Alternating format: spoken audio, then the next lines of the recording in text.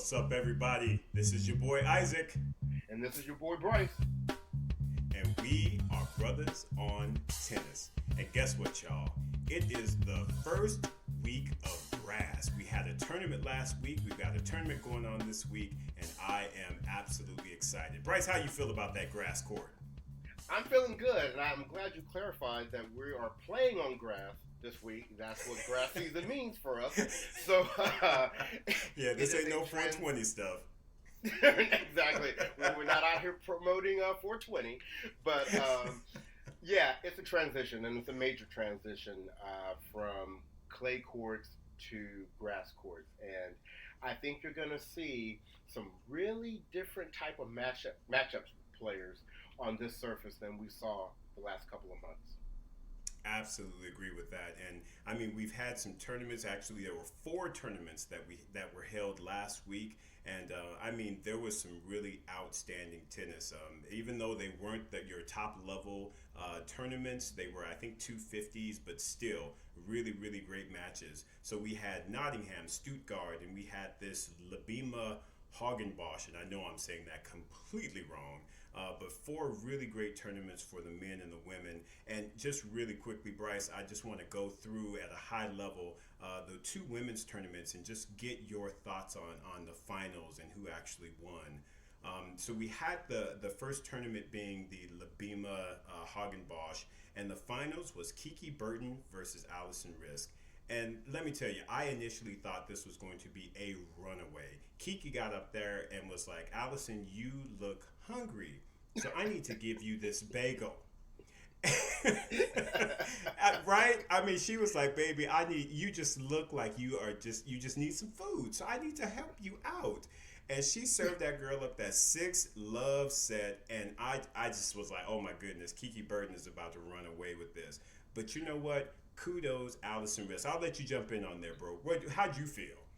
Well, I felt the same way, but the interesting thing was my feelings quickly changed at the beginning of the second set because I don't know if you remember, Kiki called the trainer. That's right. And she had I think she hurt her lower left leg, maybe, and maybe had even gone off the court I think she did for a good period of time.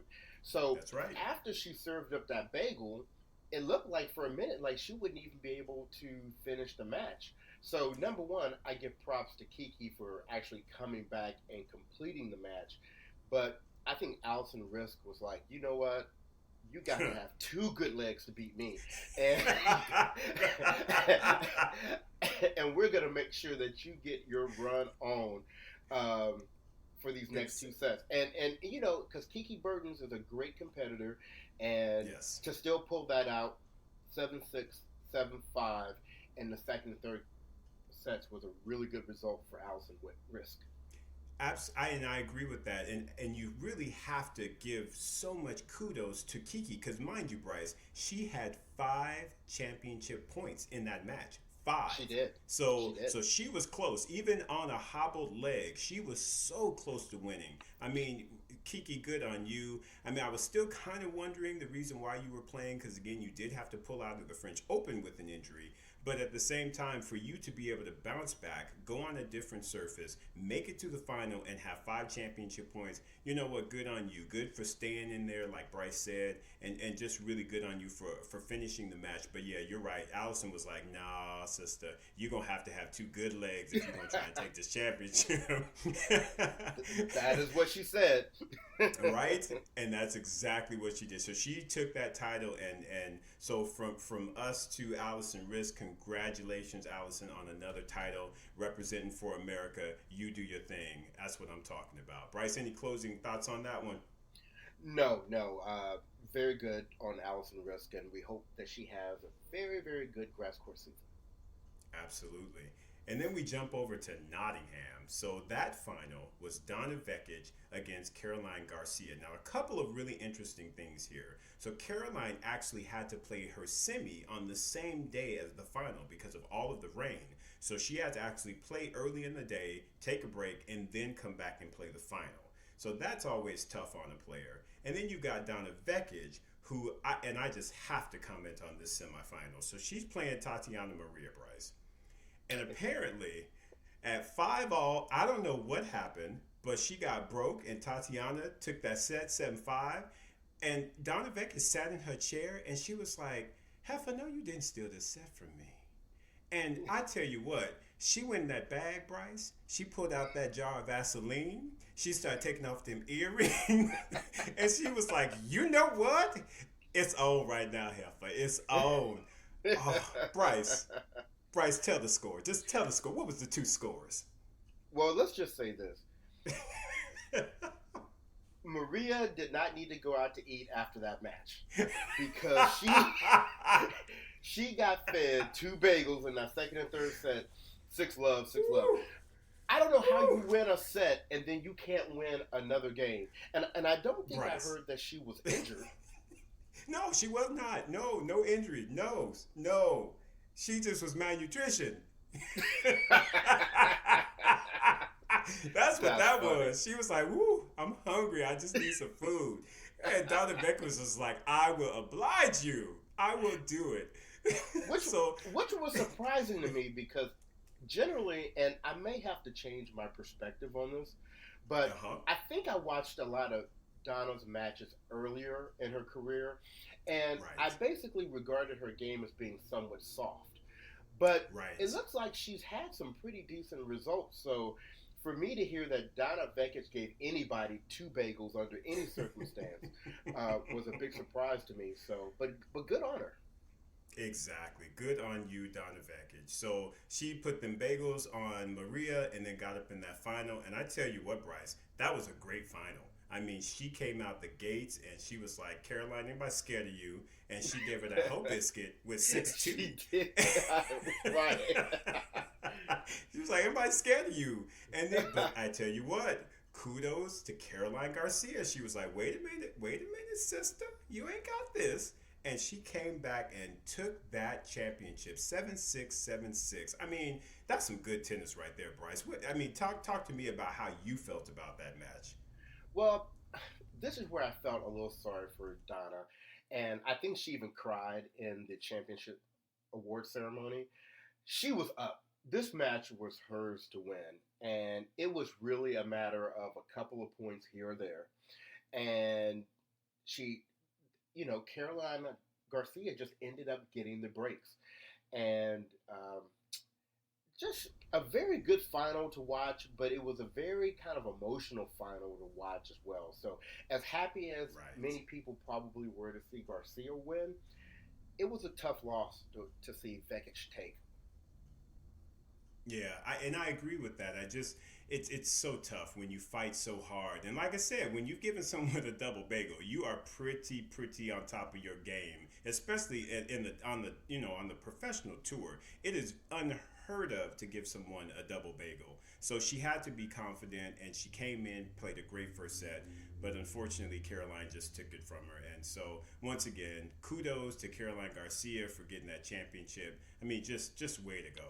Really, really nice work. And Donna, hey, no reason to hang your head. You did your thing. Keep it up, because you and Stan, y'all bouncing back. Remember we talked about the couples. That's another couple out there. Yes, sir. So just keep it up. Go ahead, Bryce. And Stan, you're talking about Stan Wawrinka, right? That's exactly right, Mr. Stanimals. So Stan Wawrinka and Donna Vekic have been a couple for maybe 3 years now? Oh yeah, it's been a minute. So they've been doing their thing, and there was a little bit of controversy about that, but we won't go into that. But they've been together for a while now, and hey, hopefully they're helping one another out as it relates to their results. So good job, Donna Vekic. All right. And then we had the men. So we had the men over in Stuttgart as well as the Hagenbosch. So I guess the Hagenbosch had both men and women.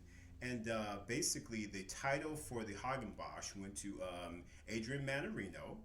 He ended up beating Jordan Thompson from Australia 7-6, 6-3. And what was really cool about that championship was there was going to be a first-time winner as it relates to that particular title. So neither one of them had won an ATP title before. So that also brought another level of interest, at least for me, into that match. So, well, and you know what, Isaac, what really surprised me was hearing that Manarino had never won a title before. I was very Isn't that surprised by something? that.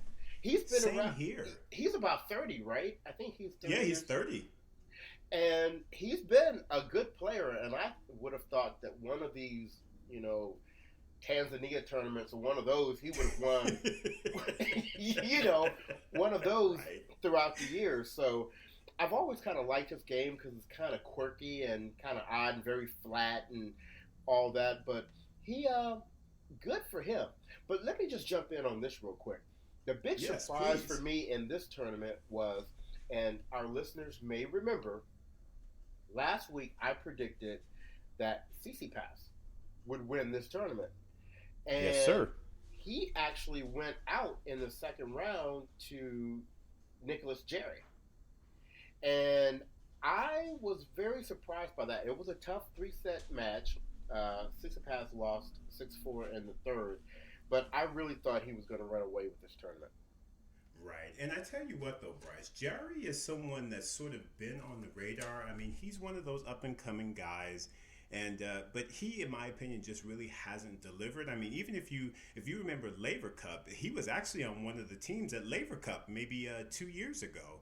So, that kind of talked about his potential, but really didn't have the results. But he seems to be kind of finding his game now. So he's one of those guys that, he can score an upset here or there. So depends on him gaining some consistency as to, and then hopefully he can build his game and start getting up in the rankings a little bit. But he's definitely dangerous, that's for sure.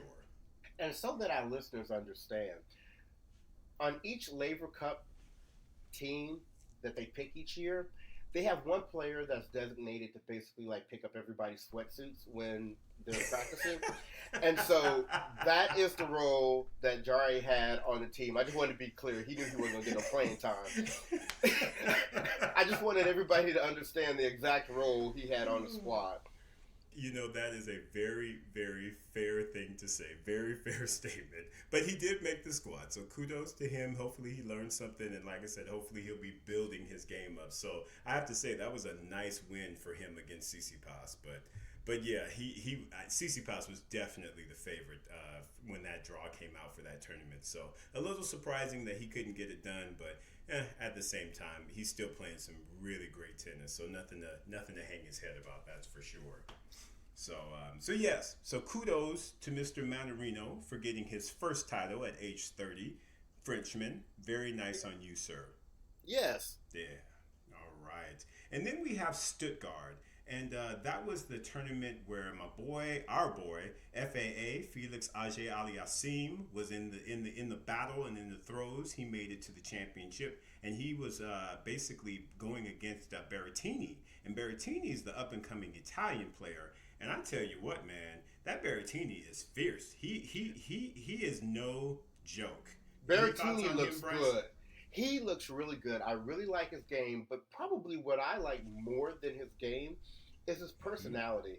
And I remember in the award ceremony at the end, Felix had some really nice things to say about him as a person. You could tell in Mateo's kind of thank you speech how thoughtful he was. He seemed to be a very nice, humble guy. So he may be one of these new guys that I'll follow coming up, because not only does he have a really nice game, a nice big serve, some very solid ground strokes. He knows how to take care of business at the net, but he also seems to be a really quality guy as well. Absolutely. And I agree with everything that you were saying. Just seems like he's a really, really good guy, someone that you can get behind and really support. And that's always nice to see when others have good things to say about you. Right. And so good on you. I have to comment, though, as far as Felix and his road, if you will, getting to the championship. Bryce, we have to talk about that match that he played against Dustin Brown. Oh, my goodness. But you know what, Isaac? I want to take it around before that. Because we have talked before about Alexander Zverev, who was the number one seed, not coming through and winning the matches he's supposed to win. And don't get me wrong, Dustin Brown is a tough out on a grass court. Yes, he is. He's got a great serve. He has great hands at the net. And if he's on, he can pretty much take the racket out of other people's hands. But this is a match that Zverev should have won. And because he was the number one seed, and usually players take pride in not losing to lower ranked players from their same country. Right. And Dustin Brown is from Germany, like Zverev is. So, first of all, props to Dustin Brown for taking out the top seed. Shame on Alexander Zverev for not getting the job done once again. You're making my guy look bad. And when I mean that, if y'all remember from the intro episode, my guy is Ivan Lendl from back in the day. And Ivan Lendl is trying to get that head right on Zverev. Right. He needs to go ahead and get it right, because if he doesn't know, ask Andy Murray, Ivan Lendl will be out. That is true. That is he very will be out. true. But back to what you were talking about. Oh, I'm sorry. Did you want to say something? I was just going to say, though, I don't hold it too bad against Zverev, only because it's always tough playing against a country person, rather. And the fact that it's Dustin Brown on grass, who, by the way, let's throw some facts out there. He has beaten Rafael Nadal not once, but twice on a grass court. Dustin Brown ain't afraid of too many folks. And so he looking at Zverev like, look, young man, I'm not scared of you. I'm about to do my thing, and I'm going to put it on you. So while I agree with you, he really should have dug deep and tried to get it done, but I'm not going to hold it too much against him, because Dustin Brown is a tough out. God, I love his game on grass, Bryce. It's a beautiful thing. I agree. I agree. And I guess my perspective is I didn't think Zverev was going to win that match anyway. Me too. but to what you were talking about, yes, Felix and Dustin, we had two brothers on the court, even though, one is originating from Canada and one is originating from Germany. That was an excellent match. Whenever you have a match that's 7-6, 6-7, 7-6, that it was a lot of big serving, a lot of big shots. I was getting a little frustrated actually with Felix in the match, because there were some opportunities where he could have really broken it open earlier, and he didn't. But I have to remember, and for the listeners, if you don't remember, Felix is 18 years old, and I was thinking, sir, I could not imagine playing at this level against this quality of opponent when I was 18 years old. Right. It's just unheard of. I mean, he is making a statement, and I'm just proud of him. The fact that he was able to battle and get through that match, because I believe, wasn't Dustin serving at 5-3 or 5-4 in the third? Didn't he get broken? He did. Felix broke him in that game, and that was a great move. I was very surprised that Dustin let that one slip through his fingers. He had that one locked up as far as I'm concerned. I completely agree, but kudos to Felix. I mean, gaining momentum. Unfortunately, he didn't get it done in the finals, which, some may be concerned. I am not that concerned, because I know at this point, I believe he's like 0-3 or 0-4 in finals, but I'm not concerned. The fact that, again, he is 18 and he is making really, really strong finals, big finals. Hey, he is going to get over the hurdle in one of these next coming tournaments. He will get one under his belt, and then I think that will just open the doors even wider for him to do bigger and better things on the tour. But I don't think there is cause to be concerned right now.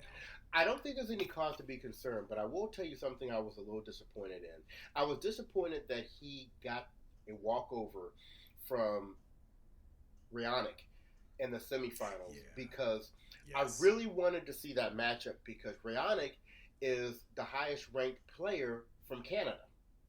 And so here's, like you were talking about Dustin and Zverev, the whole countryman type matchup. Mm-hmm. We would have had the same situation here, and I really wanted to see how that was going to play out. FAA was going to take out Raonic, because quietly Shapovalov has taken out Milos, so FAA ain't scared of him. He'll take him out. He'd be like, look, I ain't scared of you, friend. No.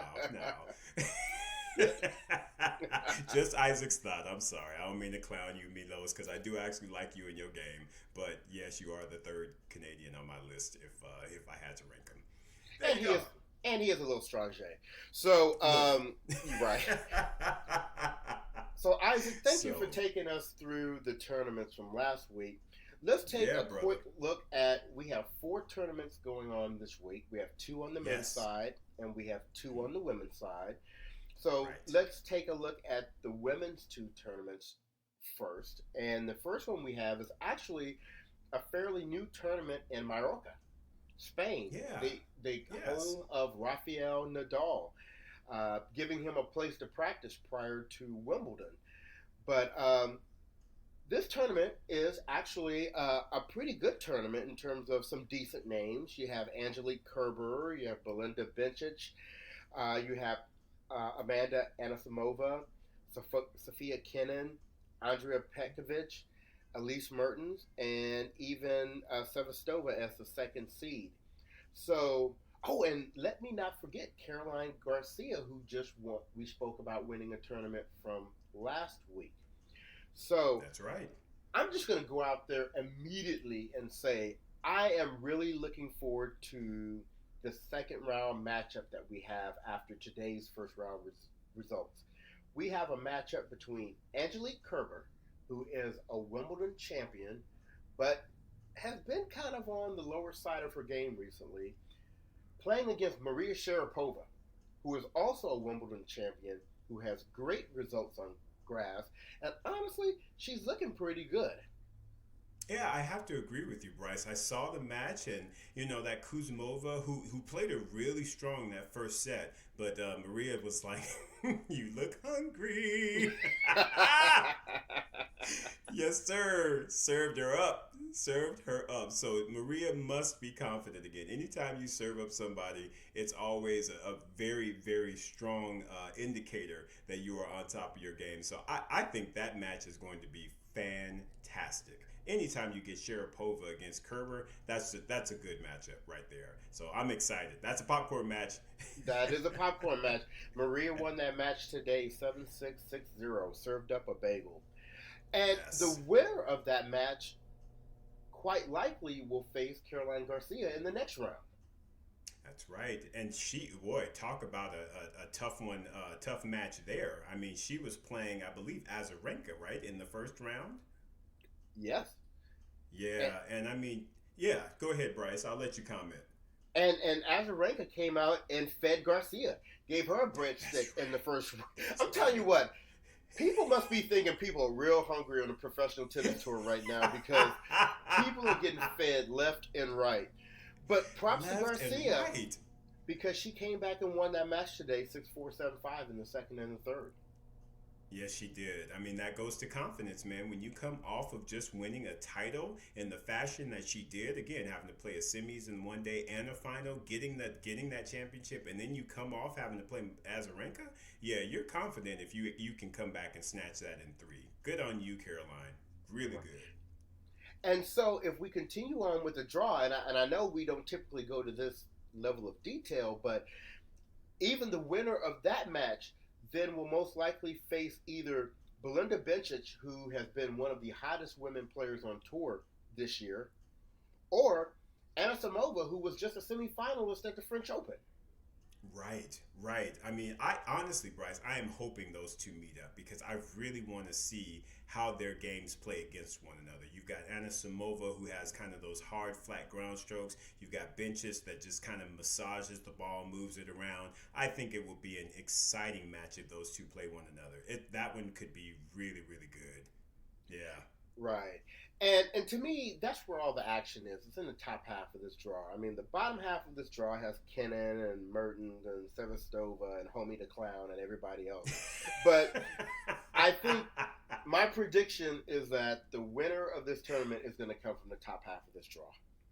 I 100% agree with that statement. Yes, the bottom half is simply cake, cake, cake, cake, and and they gonna get drove whoever comes out of it in the final. So I'm right there with you, brother. Now, let's move over to the other tournament for the women, which is in Birmingham. And I tell you what, this tournament is just loaded with diamonds. Yes. Today, there was a very enlightening match for me personally. And before I talk about it, let me just give you some of the names that are in this tournament. You have the number one player in the world with Osaka. We have Svitolina. You have Joanna Konta, who is really killing it right now on the tour. Yes, she is. Yes, she is. Sabalenka, you have Carolina Pliskova, Venus Williams, the queen, and our French Open champion, Ash Barty. Now, those are just some of the bigger names that are in the tournament. But let's talk about some of these matchups. And the first matchup I want to talk about was a first round match today of Osaka versus Maria Sakkari from Greece. And Osaka pulled it out in 3 sets, but I'm going to step out here on a ledge, and I'm going to make a very, very, very bold prediction. And that prediction is that Naomi Osaka will be back in Japan before championship weekend at Wimbledon. So explain that comment to me, Bryce. Look, Naomi for anybody out there that's thinking Naomi Osaka is the number 1 player in the world and she typically performs well in the Grand Slams, anybody who's thinking that and thinking that she's going to do something at Wimbledon, it's going to be a painful couple of weeks for you, because when I watched that match with Osaka today, one thing that I noticed very clearly is that this woman is not comfortable on grass. Right. She looked like she was playing in sand on roller skates. And it just, she didn't look comfortable at all. And I just started thinking about all the women on the tour that I can imagine that play very well on grass. Venus and Serena, Ash Barty. This will tell you what level of confidence I have in Osaka on grass. If Madison Keys ends up in Osaka's section of the draw, she is going to beat the crap out of Osaka. That's a bold statement. That's big, especially coming from you, because you and Madison, there's turmoil there. So for you to give her a nod over anyone, that is pretty major, my friend. If Madison Keys sees Osaka in her section of the draw, she's going to tape up her ankles before she does her happy dance, because she is going to be excited. She is going to be real excited. I honestly do not disagree with you on that with Bryce, because, like I said, first of all, Madison Keys is great on grass. And secondly, like you just said, Osaka does not look comfortable on grass. So I agree with you that I don't know that she's going to have that great of a grass court season, but at the same time, she's number 1 player in the world, and she's got a lot of confidence and a lot of fight in her. So I don't know that she's going to go out to a nobody, put it that way. That's my statement on Osaka, but I'll hand it back to you. Well, no, and I do think she'll beat probably anybody ranked below 50, but it'll start getting tight with her with whoever's ranked number 49.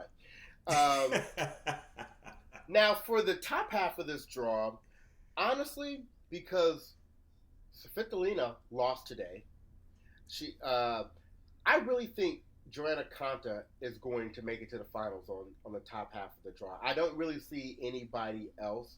I mean, she has to play Ostapenko next, but grass isn't really Ostapenko's thing either. Right. So I think she's going to be the one that makes it to the finals up top. Do you see anybody else that presents a challenge to her in the top half of the draw? Yeah, funny enough, my semi was going to be Osaka versus Konta. So I agree with you. I know that you don't think Osaka will get that far, but I agree with you. I think that will be the semi, and I think Konta will actually take out Osaka and make the final. Well, I don't know. I don't disagree with you there. I can see her getting to the semis of this tournament. She ain't getting to the semis of Wimbledon. But this tournament, because she's got busters in her quarter, I can see her getting to the semifinals, but I would expect for Konta to win that match in straight sets, as a matter of fact. Yeah, now, I agree. Yeah. Now, in the second half of the draw, this is where it's a little more interesting to me. Now, in Carolina Pliskova's quarter, I expect for her to make it to the semis. I really don't see anybody messing with her there. But let me tell you what, down here in this bottom quarter, where you could potentially have a quarterfinal matchup between the Queen, Venus Williams, and Ash Barty, popcorn match. That is straight up popcorn because you've got the queen, like you said, against Ash, who arguably I would feel like this would be her best surface given her variety and all the slicing that she can do. To me, that is an incredible quarter. I really hope that it happens. Yeah. So Isaac, who do you see in the finals? So, who I said was going to make the final was it was going to be Kanta versus the Queen, Venus, because I do believe that while Ash has a great game on grass, I think that Venus playing this warm up tournament to me just is it speaks to her mindset and it speaks to how she wants to do well on grass, and I really believe that she will be able to get past Ash Barty. So that's my prediction is for the final. What about you? Who are you thinking is going to come out of there? You know what? I really do like that prediction, and I agree with you. I think Venus playing this tournament is a true sign of commitment to wanting to do well in this grass court season. She lost in the first round of the French and really didn't play much prior to that. So I think she knows she's got to get some matches underneath her belt. And if I'm telling you, that Barty match, as much as I want Venus to win that match, and I think she can win that match, you have to imagine that Barty's confidence is sky high right now. And Yeah, absolutely. I wouldn't be surprised if Barty won that match either. But I really think I got to give that one a 50-50, honestly. My heart is with Venus, but my brain is a little bit with Barty.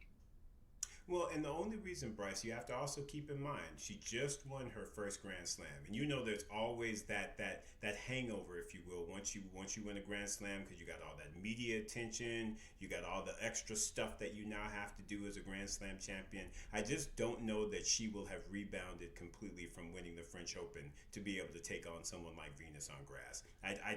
For me, I give it about a 75-25 in Venus's favor. Well, I'm going to give you a different perspective. Yep. My perspective is that Barty might not even make it to Venus. Because if you didn't notice, in her first round match tomorrow, she is playing Donna Vekic, who lost in the finals of the tournament last week to Caroline Garcia. Now, that's right. While you talk about the pressure that's on Barty having won the French Open, you'd have to imagine that Vekic is really, really motivated right now after that hard loss in that final. There's probably nothing that she wants to do more than to get out on that court and to notch a win. So she clearly can play on grass. So that might be a little bit of a popcorn match as well. It may not be a popcorn match. It may be like a Planters Peanuts match. But it'll be...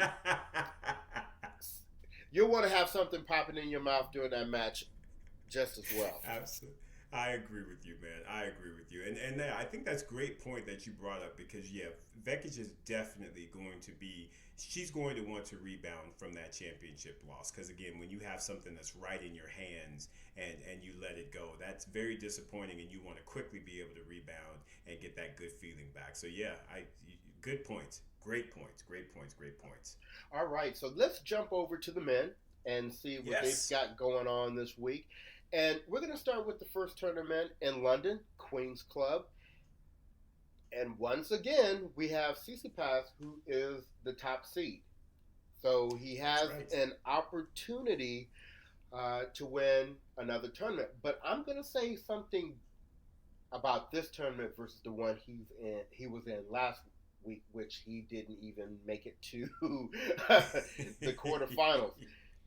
He's got there are some players in this tournament. And just to give you some of the names, in addition to Tsitsipas, you have Kevin Anderson is back, and we know that he's made it to the Wimbledon finals, right, before? That's right. Yes, he did. Absolutely. We have Stan Wawrinka. Now, we know grass has not typically been his thing, but he's a battler. Medvedev, who is dangerous on every surface. I'm a new fan of Schwartzman, and I give him a chance in almost any match.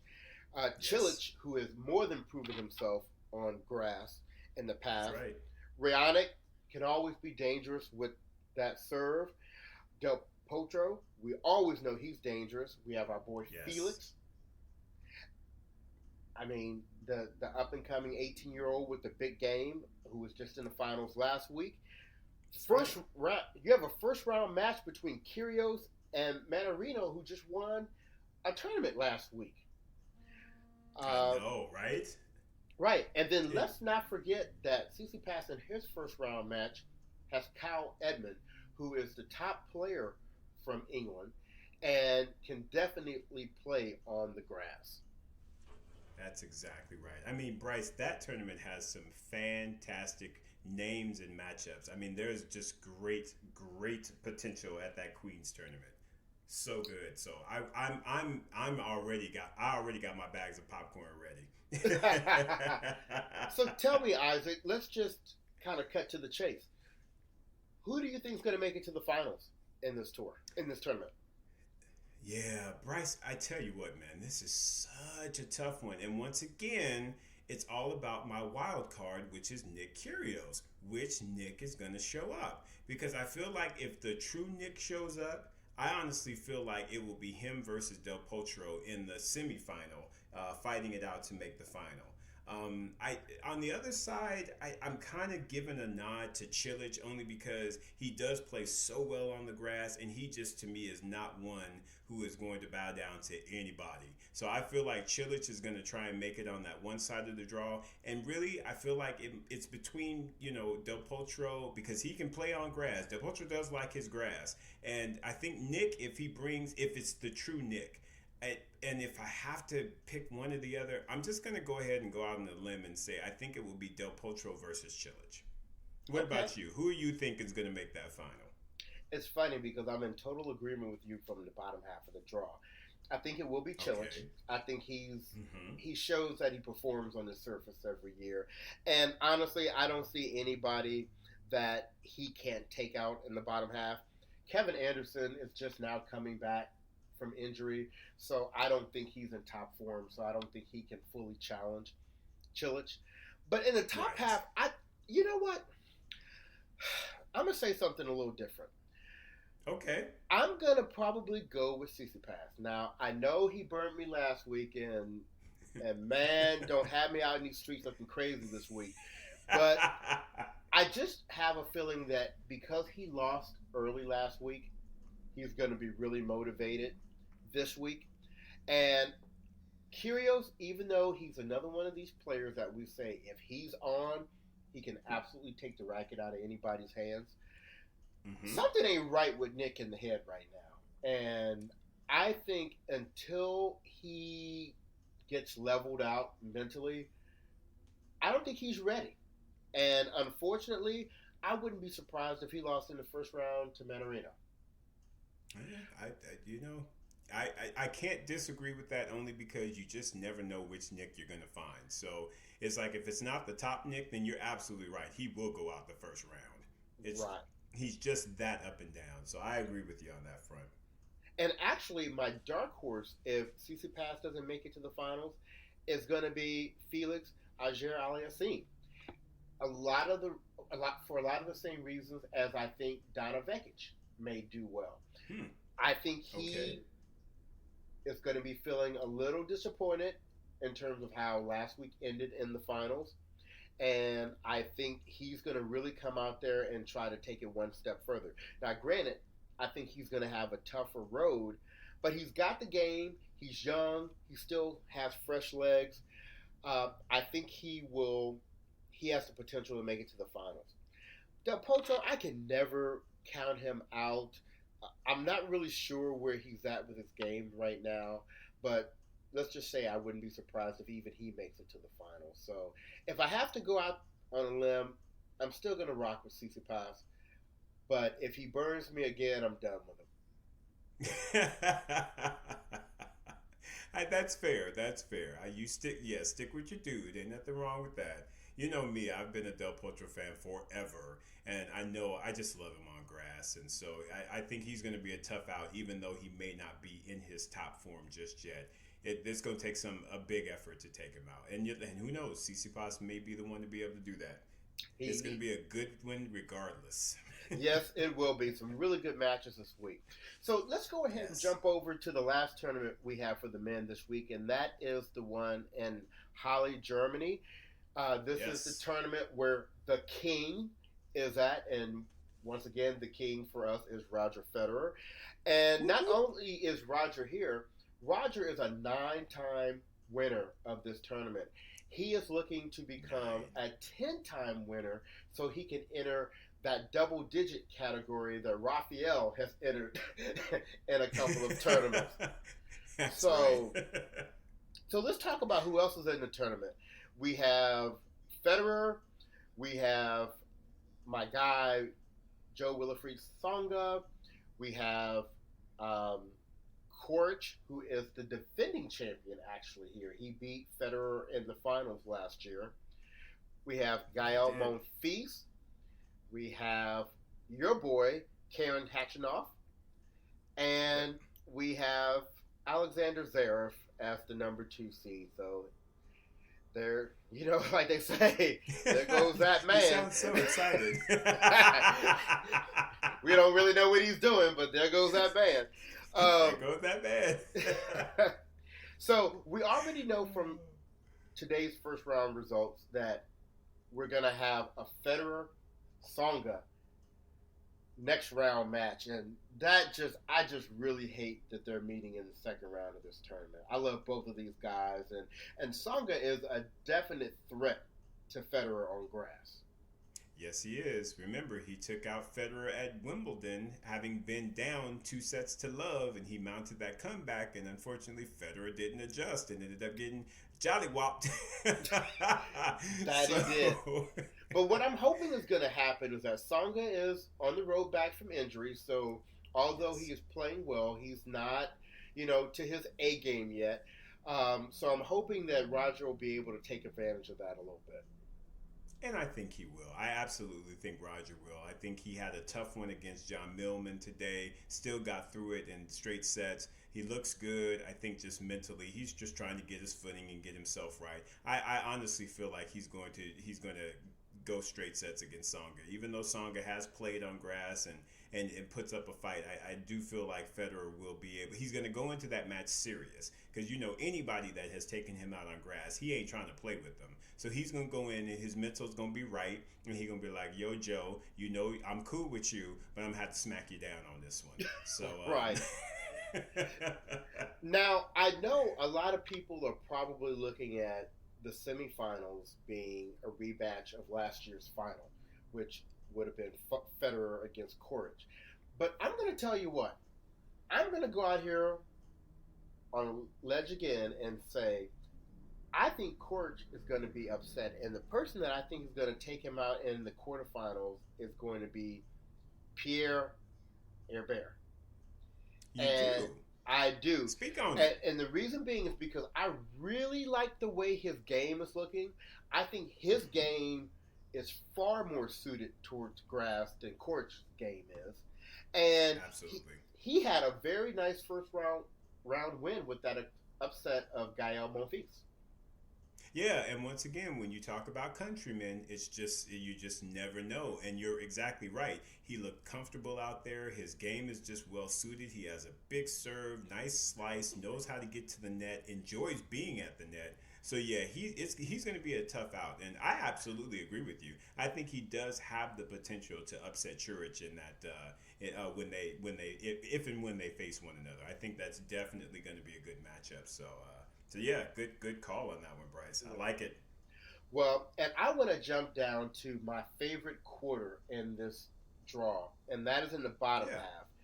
And you Okay. have Berrettini, who won the tournament Yes. last week. We just talked about him. Playing against his countryman, Seppi, who has always been somewhat dangerous on grass. He's come through this tournament by way of qualifying, but we know that countryman thing we keep talking about. That can be an interesting match, even though I expect Berrettini to win that. And then you have that winner will play the winner of Struff and Hachinoff.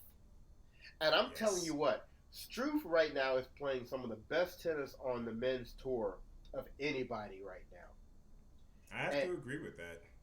Yeah, I agree with that. I honestly feel like as much as Karen Hatchinoff is my boy, and how much I really want him to win, if he goes against Struff, I feel like he's going to take that L because Struff is a big boy, hits a big ball, and he is confident.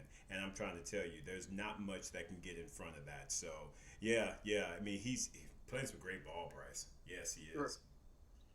And whoever comes out of that, I think will make it to the finals because then we have the cake quarter, which is go find, go find. He's good, he's consistent, he tries hard, but I don't expect for him to make it to the finals.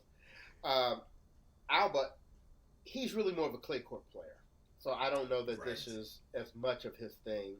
Stevie Johnson, he does well on grass. I've never really been impressed with him. He has a very one-dimensional game, and I'm surprised that he doesn't take more beatdowns than he does. But he may get a win in his next match because he is playing Alexander Zverev, and we know if anybody can crumble, it is Alexander Zverev. So, um, like I said, out of that quarter with Berrettini and Hatchinoff and Struth, I think whoever comes through there will probably make it through to the finals. I have to agree with you. I will say, Stevie, if you're listening, I love your game. I think you're all right, brother. So you keep doing what you're doing. I think you need to tighten up that backhand personally, but uh, you know, I Well, and understand. that's the thing on this surface though. The fact that slice backhand that he has, it stays low to the court. I think on this surface, he's very very dangerous on that side. So I agree with you. He definitely has some work to do with his two-hander, and actually he's not now starting to kind of hit one-handed passes, which is pretty interesting. But yeah, I Stevie, just you gonna be all right. So I'm Yeah, still in your corner, brother. You keep it yeah, he figured we might as well try something else at this point. So,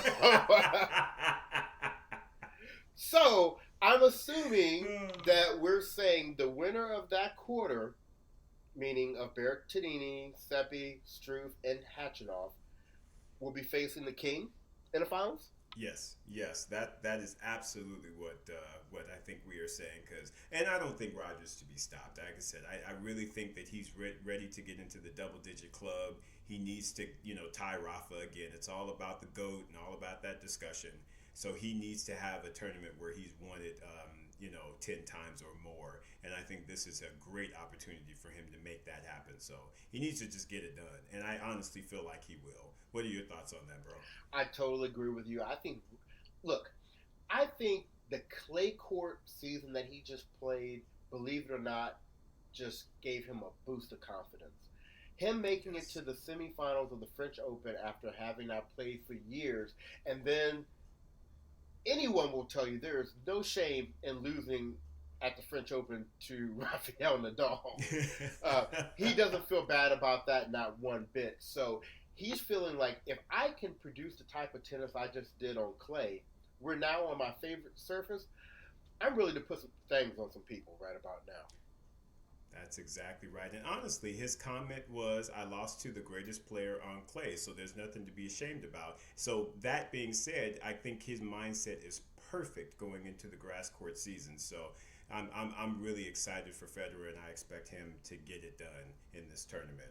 And Bryce, speaking of not having played a surface in a while or not having done something in a while, let's go on ahead and slide right into our hot topic because to me, we have to talk about this. Venus Williams. I don't know how many years it's been. I don't even know that it happened. But she is actually playing a warm up tournament prior to Wimbledon. I mean, Bryce, we have to talk about this because the Queen has never, at least if she has, it's been so long ago that I don't remember her actually playing a tournament prior to Wimbledon. And the Well, fact that she's playing and she entered the doubles draw, I mean, Bryce, talk to me. What do you think that indicates about the Queen? well, I tell you what, and we mentioned this earlier when we were talking about the tournament draw. I think her doing all of this just really is emphasizing the commitment she has to doing well on the grass courts this season. Now, Venus has played a warm up tournament before Wimbledon, I believe, 4 times in her career. And Okay. so, but her career is 20 some years, right? So it's not Right. Right. a common occurrence for her to do that.